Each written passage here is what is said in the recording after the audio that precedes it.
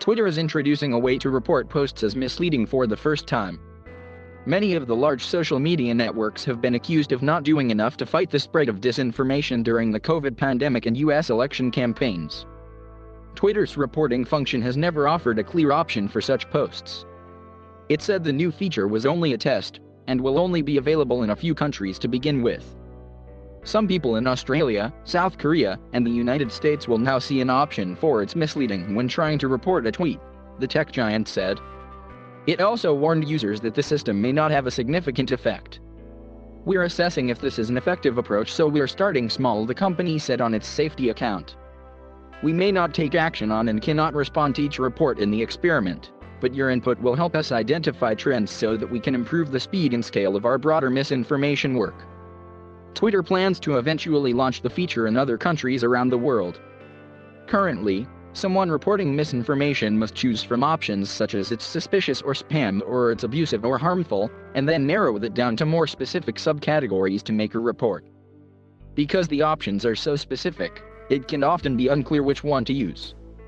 "If I had a penny for how many times people message me asking why there's no option to report misinformation on Twitter, I'd be a very rich woman." Since the start of the pandemic, pressure has mounted on social media sites to do more to combat a wave of harmful falsehoods that have spread online.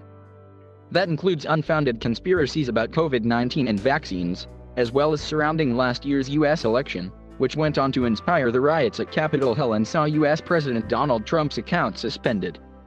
"I've spent the past year and a half covering the real-world impact of misleading posts online, scaring people off COVID jabs, destroying relationships, and provoking violence."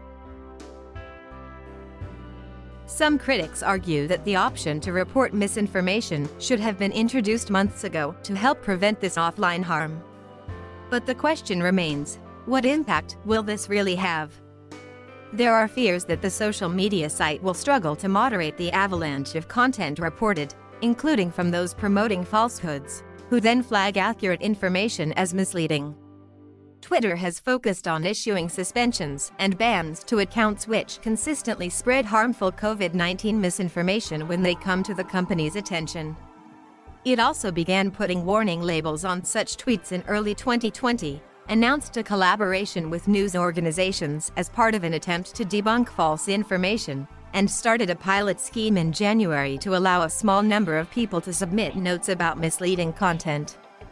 However, Twitter and other tech giants continue to be criticized for the spread of false information.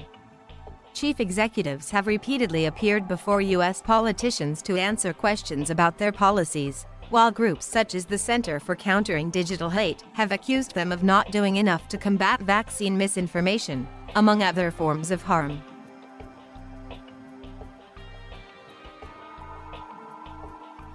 Thank you for watching. Please subscribe.